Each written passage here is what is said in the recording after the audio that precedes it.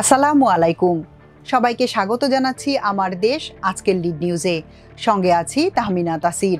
আমাদের আজকের লিড নিউজের শিরোনাম, নি ক্যাপিংয়ে চিরপঙ্গু শত শত তরুণ। নিউজটি লিখেছেন সাইদুর রহমান রুমি। চলুন দর্শক জেনে নেওয়া যাক নিউজটির বিস্তারিত। শেখ হাসিনার দুঃশাসনে গুম, খুন ও ক্রসফায়ার ছিল নিয়মিত ঘটনা। এর সবচেয়ে বড় ভুক্তভোগী ছিলেন দক্ষিণ পশ্চিমের সাতক্ষীরা খুলনা অঞ্চলের মানুষ। ক্রসফায়ারের মাধ্যমে এ অঞ্চলের অর্ধশত মানুষকে হত্যা করা হয়, ৬০,০০০ নিরপরাধ মানুষকে আসামি করা হয় ৯৭৮ হয়রানিমূলক মামলায়। এছাড়াও নির্যাতনের বহু কায়দা ছিল বিরোধীদের দমনে। এর মধ্যে একটি ছিল টার্গেট নিক্যাপিং বা হাঁটুতে আঘাতের মাধ্যমে পঙ্গু করে দেয়া। এর মাধ্যমে চিরপঙ্গু করে দেয়া হয় ওই অঞ্চলের কয়েকশো তরুণকে, যাদের মধ্যে এ পর্যন্ত আন্তর্জাতিক অপরাধ ট্রাইব্যুনাল ৮৫ জনকে শনাক্ত করতে পেরেছে। বিরোধী মত দমনে ২০১২ থেকে ২০১৬ সালের মধ্যে শেখ হাসিনার নির্দেশে পুলিশ ও র্যাব এসব ভয়াবহ কর্মকাণ্ড পরিচালনা করে। আমার দেশের অনুসন্ধানে ভয়াবহ এ তথ্য উঠে এসেছে। আন্তর্জাতিক অপরাধ ট্রাইব্যুনালেও এ সম্পর্কিত অনেকগুলো অভিযোগ জমা পড়েছে। তবে যারা এসব গর্হিত কর্মকাণ্ডে জড়িত ছিলেন তারা এখনও রয়ে গেছেন অধরা। অনুসন্ধানে প্রাপ্ত তথ্য অনুযায়ী এসব মিশনের মূল হোতা ছিলেন সাতক্ষীরার তৎকালীন পুলিশ সুপার চৌধুরী মঞ্জুরুল কবির, পানি সম্পদ মন্ত্রণালয়ের সদ্য সাবেক সচিব ও সাতক্ষীরার সাবেক জেলা প্রশাসক নাজমুল আহসান এবং সাতক্ষীরা সরকারি হাসপাতালের তৎকালীন সার্জন ডাক্তার জাহাঙ্গীর আলম। এর মাধ্যমে ডাক্তার জাহাঙ্গীর কথিত বন্দুক যুদ্ধের নাটকের পর ভুক্তভোগীদের পরিকল্পিতভাবে নিক্যাপিং করতে পুলিশকে সহায়তা করতেন। মানবতা বিরোধী অপরাধের সঙ্গে জড়িত এসব সরকারি কর্মকর্তা এখনও অধরাই রয়ে গেছেন। সংশ্লিষ্ট সূত্রে জানা গেছে, সাতক্ষীরার সাবেক এসপি মঞ্জুরুলকে জুলাই বিপ্লবের পর গ্রেফতার বা শাস্তি না দিয়ে শুধু বাধ্যতামূলক অবসরে পাঠানো হয়, তাও একটি প্রমোশন দিয়ে। অবসরে পাঠানোর আগে তিনি অতিরিক্ত উপমহাপরিদর্শক হিসেবে পুলিশ ট্রেনিং সেন্টার নোয়াখালীতে কর্মরত ছিলেন। ২০২৪ সালের ২ সেপ্টেম্বর তাকে অবসরে পাঠানো হয়। সাবেক ডিজি নাজমুল পানি সম্পদ মন্ত্রণালয়ের সচিব হিসেবে গত ১৭ আগস্ট অবসরে যান। তাদের বিরুদ্ধে এখনও কোনো ধরনের আইনি পদক্ষেপ নেওয়া হয়নি। বিরোধী মত দমনে ভীতিকর পরিস্থিতি তৈরিতে ভয়াবহ সহিংস পদ্ধতি নিক্যাপিং চালু করে আওয়ামী লীগ। বিচার বহির্ভূত এই অপরাধের মাধ্যমে কারো হাঁটুতে বা হাঁটুর নিচে কিংবা আশপাশে পরিকল্পিতভাবে গুলি বা আঘাত করে তাকে চিরপঙ্গু করে দেয়া হতো।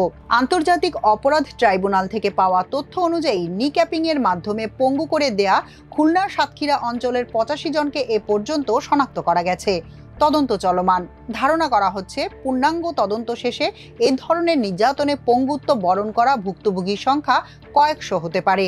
নাশকতা দমনের নামে পরিকল্পিত নাটকে ভুক্তভোগী এবং তাদের পরিবারগুলোর জবানে বেরিয়ে এসেছে ভয়াবহ এইসব চিত্র। তাদেরই একজন সাতক্ষীরার শিবির নেতা শামসুল আলম বুলবুল। পুলিশের টার্গেট কিলিং থেকে বেঁচে যাওয়ায় তাকে স্থানীয়রা জীবন্ত শহীদ বলে ডাকেন। আমার দেশের কাছে তিনি পুলিশের দ্বারা ভয়াবহ নির্যাতনের তথ্য তুলে ধরেন।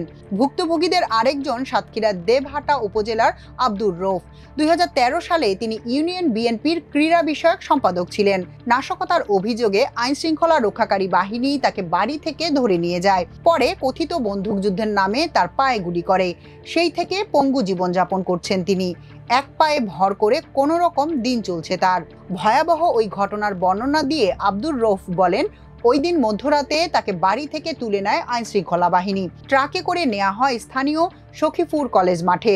কিছু বুঝে ওঠার আগেই হাঁটুর নিচে গুলি করে পুলিশ। তার নামে কোনো মামলা ছিল না। বিএনপির রাজনীতিতে জড়িত থাকার কারণে পরিকল্পিতভাবে ধরে নিয়ে গুলি করে পুলিশ। ভয়ার্ত ওই পরিস্থিতির কথা উল্লেখ করে তিনি বলেন, হাসপাতালে নেয়ার পর পর্যাপ্ত চিকিৎসা দেওয়া হয়নি তাকে। প্রথমে সাতক্ষীরা সদর হাসপাতালে নেওয়া হয়। সেখানে বলা হয় চিকিৎসা না দেওয়ার নির্দেশনা আছে। এভাবে ৩ দিন ফেলে রাখার পর অনুরোধ করলে খুলনা পাঠায়। ওখানেও একই কথা বলা হয়। এভাবে কোনো রকম চিকিৎসা দিয়ে ১৬ দিনের মতো পার করে দেয়া হয়। ওই সময় পা পচে গন্ধ বের হচ্ছিল। পরে পঙ্গু হাসপাতালে পাঠানো হলে পা কেটে ফেলা হয়। সময় মতো চিকিৎসা পেলে হয়তো তার পা কেটে ফেলতে হতো না। এ ঘটনার পর উল্টো বিএনপি জামায়াতের 6 জনের নাম উল্লেখ করে অজ্ঞাত 1 থেকে 1,500 জনকে আসামি করে মামলা করেন দেবহাটা থানার তৎকালীন এসআই বসির উদ্দিন। সেদিন আব্দুর রউফের ভাগ্নে তৎকালীন ছাত্রদল নেতা রিয়াজুল ইসলামকেও তুলে নিয়ে হাঁটুর নিচে গুলি করা হয়। ওই ঘটনায় রিয়াজুলও স্বাভাবিক কর্মক্ষমতা হারিয়ে চিরপঙ্গু হন। রিয়াজুল বলেন, 2013 সালের আগ পর্যন্ত তার বিরুদ্ধে কোনো মামলা ছিল না। শুধু রাজনৈতিক প্রতিপক্ষ হওয়ার কারণে সাজানো বন্দুক যুদ্ধে তিনি নি ক্যাপিংয়ের শিকার হন। পায়ে গুলি করার পর থেকে সেটি এখন অকেজো। নি ক্যাপিংয়ের শিকার দেবহাটা উপজেলার গরানবাড়িয়া এলাকার রুহুল আমিনের ঘটনাও একই রকম। রুহুল আমিনের এক পা কেড়ে নেওয়া হয় কথিত বন্দুকযুদ্ধ নাটক সাজিয়ে। একসময় এলাকায় তিনি ভালো ফুটবল খেলোয়াড় হিসেবে পরিচিত ছিলেন। 2015 সালের 25 জুলাই সন্ধ্যার পর তিনি বাড়িতেই অবস্থান করছিলেন। হঠাৎ বাড়ি ঘিরে ফেলে আইনশৃঙ্খলা রক্ষাকারী বাহিনী। তাকে জোর করে থানায় নেওয়া হয়। থানায় বেঁধে তার উপর চলে নির্মম নির্যাতন। পরে রাতে অজ্ঞাত স্থানে নেওয়া হয়। এক পর্যায়ে সেখানে ফাঁকা গুলি ছোড়ে পুলিশ। এরপর পায়ে গুলি করে ফেলে রাখা হয়। রুহুল বলেন, তখন মনে হয়েছিল পুলিশ তাকে মেরে ফেলবে। পরে হাসপাতালে নেওয়ার সময় তিনি পানি চান। একটু পানি খাওয়ার পর কিছুটা জ্ঞান ফিরলে বলে, এ তো শুয়োরের জান, এতক্ষণ তো মরে যাওয়ার কথা। হাসপাতালে নেয়ার পর ঠিকমতো চিকিৎসা দেওয়া হয়নি তাকে। বলে, নির্দেশনা নেই, পা কেটে ফেলতে হবে। পরে পঙ্গু হাসপাতালে নিয়ে পা কেটে ফেলে। টার্গেট ছিল মেরে ফেলার। পরে যখন প্রাণে বেঁচে যান তখন পঙ্গু করে দেয় তারা, যেন ভবিষ্যতে দাঁড়াতে না পারেন তিনি। তৎকালীন সরকারি দলের রাজনৈতিক প্রতিপক্ষদের দমনে পুলিশ এতটাই বেপরোয়া ছিল যে পায়ে গুলি করার পর হাসপাতালে নেওয়া হলেও তাদের যথাযথ চিকিৎসা দেওয়া হতো না। ফলে অনেকের পা কেটে ফেলা হয় এবং এগুলো করা হয় পরিকল্পিতভাবে। পরে রুহুলের ঘটনায় দেবহাটা থানার তৎকালীন এসআই মনিরুল ইসলাম একটি মামলা করেন। এজাহারে বলা হয়, ঘোনাপাড়া এলাকায় জাকির মেম্বারের হ্যাচারির সামনে জামায়াত শিবিরের নেতাকর্মীরা গোপন মিটিং করছিল। পুলিশের উপস্থিতি টের পেয়ে গুলি ও বোমা বিস্ফোরণ ঘটায় তারা। সেখানে 10 থেকে 12 মিনিট গোলাগুলির পর রুহুল আমিনকে গুলিবিদ্ধ অবস্থায় গ্রেফতার করে পুলিশ। মামলার সাক্ষী করা হয় স্থানীয় শামসুর রহমান গাজীকে। তিনি বলেন, তিনি আওয়ামী লীগের রাজনীতিতে জড়িত, ঘটনার কিছুই জানেন না। পুলিশ রাত 3টার দিকে ডেকে ঘটনাস্থলে নিয়ে যান। ওখানে কোনো জিহাদি বই বা আসামিদের সঙ্গে পুলিশের গোলাগুলি দেখেননি, শুধু একজনকে গুলিবিদ্ধ অবস্থায় দেখেছিলেন। স্থানীয়রা জানান, রাজনৈতিক স্বার্থ সিদ্ধির জন্য রুহুল আমিনকে গুলি করে পঙ্গু করার পর সেটি ধামাচাপা দেওয়ার এই কৌশল ধোপে টিকবে না জেনেও পুলিশ মিথ্যা নাটক সাজায়। আশ্চর্যের বিষয় হলো, মামলায় নিরপেক্ষ সাক্ষীর 10 জনই স্থানীয় আওয়ামী লীগের পদধারী নেতা, যাদের অনেকেই এখন পলাতক। ভুক্তভোগী পরিবার এবং নির্যাতনের শিকার অনেকে জানান, 2014 সালে জাতীয় নির্বাচনের আগে থেকে শুরু হওয়া এই ঘটনাগুলো এতটাই ব্যাপক আকার ধারণ করে যে সেখানে আইনশৃঙ্খলা রক্ষাকারী বাহিনীর মাধ্যমে এক ধরনের ত্রাসের রাজত্ব চলছিল। তদন্ত সংস্থার অনুসন্ধান সূত্রে জানা গেছে, 2013 থেকে 2016 সালে শুধু সাতক্ষীরা জেলায় শতাধিক বন্দুকযুদ্ধের ঘটনা ঘটে। এসব বন্দুকযুদ্ধের ঘটনায় পা হারানোর ঘটনা অন্তত অর্ধশতাধিক, যাদের টার্গেট করে পায়ে গুলি করা হতো এবং পরে হাসপাতালে নেওয়া হলেও যথাযথ চিকিৎসা দেওয়া হতো না। পুলিশের উচ্চপদস্থ কর্মকর্তা এবং প্রশাসনের যোগসাজশে ঘটানো হতো এসব নৃশংস ঘটনা। আরও ভয়াবহ বিষয় হলো, সে সময় আইনশৃঙ্খলা রক্ষাকারী বাহিনী গুলি করার আগে পা অবশ করার জন্য বিশেষ ধরনের স্প্রে ব্যবহার করত, যেগুলো প্রশাসনিকভাবে সরবরাহ করা হতো। 2015 সালে সংঘটিত আরেক ঘটনার ভুক্তভোগী হলেন আব্দুল মজিদ সর্দার। ছাত্রদলের রাজনীতির সঙ্গে জড়িত মজিদ বলেন, 2015 সালের 5 ফেব্রুয়ারি গ্রেফতারের পর তাকে অজ্ঞাত স্থানে নেওয়া হয়। ওই দিন রাতেই একটি মাইক্রোবাসে কয়েকজন সাদা পোশাকধারীর হাতে তাকে তুলে দেয় শার্শা থানা পুলিশ। পরে কলারোয়ার কাজিরহাট কলেজের পাশে নিয়ে পায়ে গুলি করে।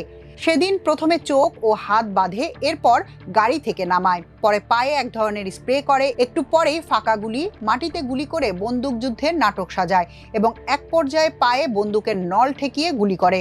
আরেকটি ঘটনায় 2016 সালের 3 আগস্ট যশোরের চৌগাছা থানার 2 শিবির নেতাকে আটক করা হয়, কিন্তু সে সময় তাদের গ্রেফতার না দেখিয়ে থানায় আটক করে পরদিন 4 আগস্ট পরিকল্পিতভাবে 2 হাঁটুতে বন্দুক ঠেকিয়ে গুলি করে মারাত্মক আহত করা হয়। বন্দুকযুদ্ধে গুলিবিদ্ধ হয়েছে এবং সে কারণে তারা আহত হয়েছে উল্লেখ করে পরে তাদের কারাগারে পাঠানো হয়। পরে ঢাকা পঙ্গু হাসপাতালে চিকিৎসার নামে প্রেরণ করা হলেও যথাযথ চিকিৎসা না দিয়ে পঙ্গু করে পা কেটে ফেলতে বাধ্য করা হয়। জুলাই বিপ্লবের পর ভুক্তভোগীদের অনেকেই ন্যায় বিচারের জন্য সোচ্চার হন। এসব ঘটনায় জড়িত জেলার তৎকালীন পুলিশ সুপার মঞ্জুরুল, নির্বাহী ম্যাজিস্ট্রেট শামীম হাসান, হোসাইন শওকত ও ইকবাল হোসেন সহ বেশ কয়েকজনের বিরুদ্ধে মামলাও করেছেন তারা।